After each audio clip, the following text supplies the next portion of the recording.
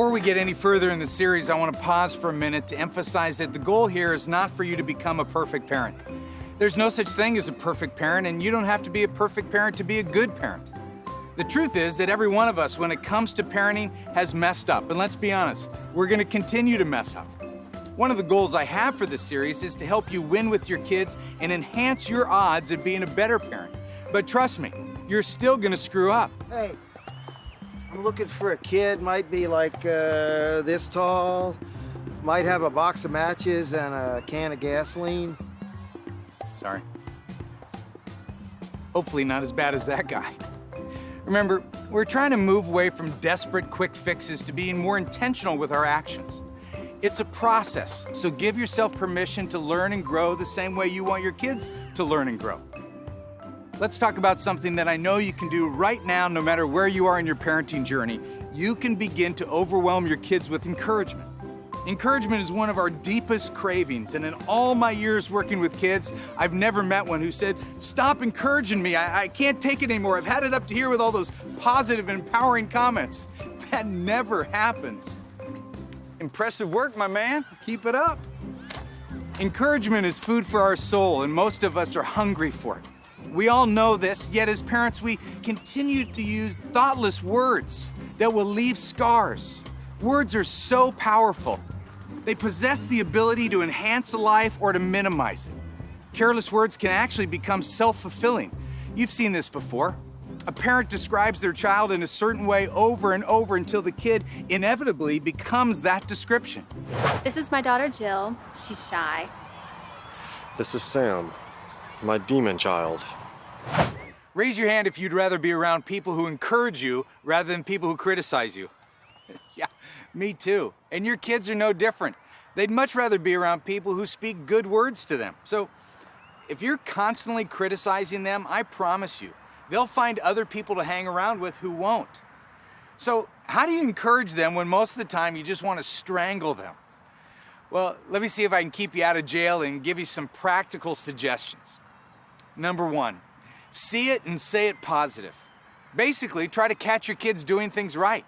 See it, then comment on it. For many kids, most of the words they hear at home are just negative. How many times do I have to tell you not to put the cat in the microwave? You need to use less toilet paper. What if instead of going negative, you go positive? What if you look for opportunities to catch your kids doing things right? At least you only defrosted her this time. Nice decorating. Looks like a winter wonderland. You might need to start small. Hey, your nose ring matches your belt. Parents, here's the key to encouraging your kids. Don't expect encouragement back. Most kids don't have the emotional vocabulary to know what to say and how to say it. That's okay. You're the grown-up. So see it, say it positively, and don't expect anything in return for many years. Once you've mastered the see it and say it positive principle, you're ready for graduate level encouragement. This is a little advanced, but here it is. Say it beyond their performance. What I mean is try not to let encouragement always be about their performance. Here's what I've observed. Most language directed at kids falls into two categories: performance or shame-oriented.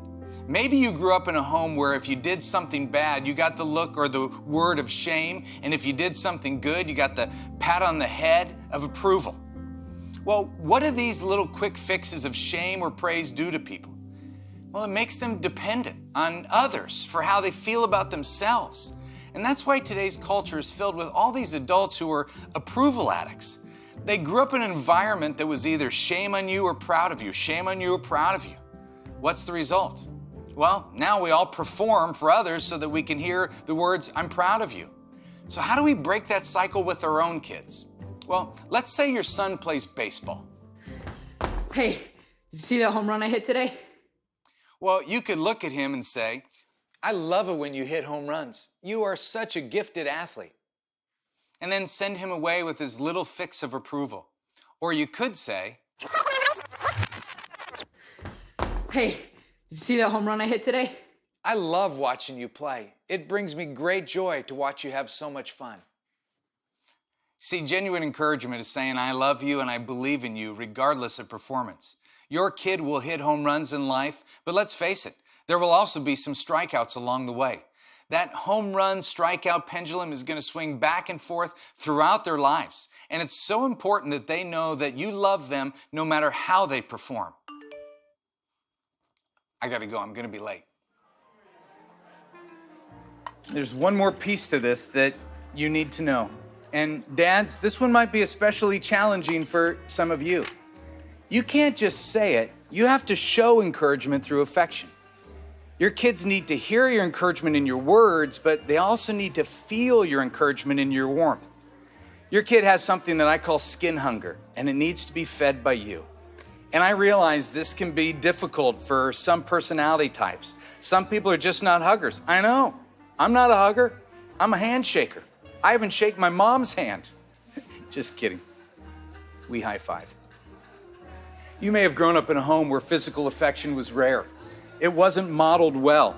And while it may be difficult for you, you must break the cycle before your kids are left with the same wounds that you have. Care to join me for a dance, my lady? Sure. Here's what's gonna happen, Dad. If you don't show love to your kids through affection, well, you're gonna produce boys who don't know how to express themselves emotionally, and you're gonna produce girls who will figure out how to express themselves sexually. And I don't wanna sound alarming, but if your daughter doesn't get the affection she needs from the most important male in her life, I guarantee you there are others who are more than willing to give it to her.